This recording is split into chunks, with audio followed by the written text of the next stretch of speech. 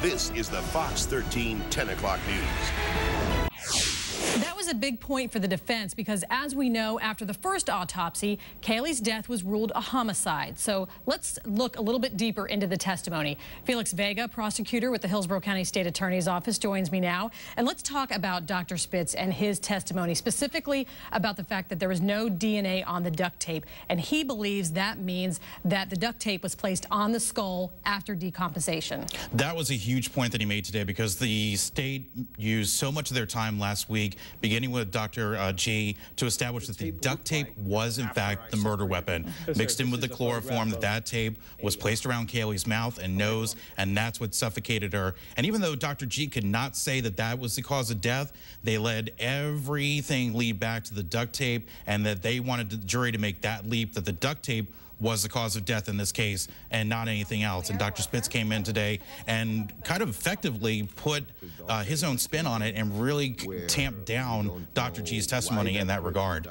And Dr. Spitz had even said he has performed 60,000 autopsies. That's right. And he actually said at one point he questioned the Orange County Medical Examiner's Office with the first autopsy, where he actually called that autopsy shoddy because they never cut open the skull to look for more information. That was a pretty bold statement. That was a very bold statement on his respect, and he's been doing this for 56 years. And he testified that the fact that when he did cut open the skull, there was other evidence in there that suggested that the skull was not going to be in the upright position, but in fact, the brain decomposition matter was off to the side, and also suggested that the skull was off to the left a little bit, which kind of went in the face of all the crime scene evidence that we saw last week. As graphic and as gripping as it was that the skull was upright, he kind of really made the supposition that the skull was not in that position and that somehow it had been tampered with and possibly the duct tape put on after she was already killed. Well, let's talk a little bit about the big question this whole trial has been,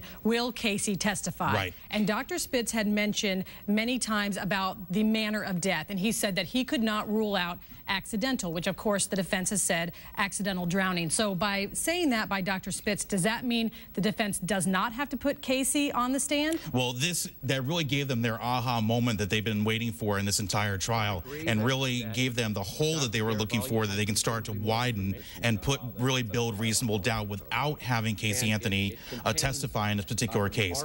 The manner of death is obviously homicide, suicide, accident, or natural causes, and Dr. Spitz very defiantly said that he couldn't tell which one it was. So therefore, it does give the defense that out and does alleviate them from possibly putting Casey on the stand. Okay, thank you so much, Felix Vega with the Hillsborough County State Attorney's Office. Testimony resumes again on Monday morning at 9 a.m. Back to you, Deborah.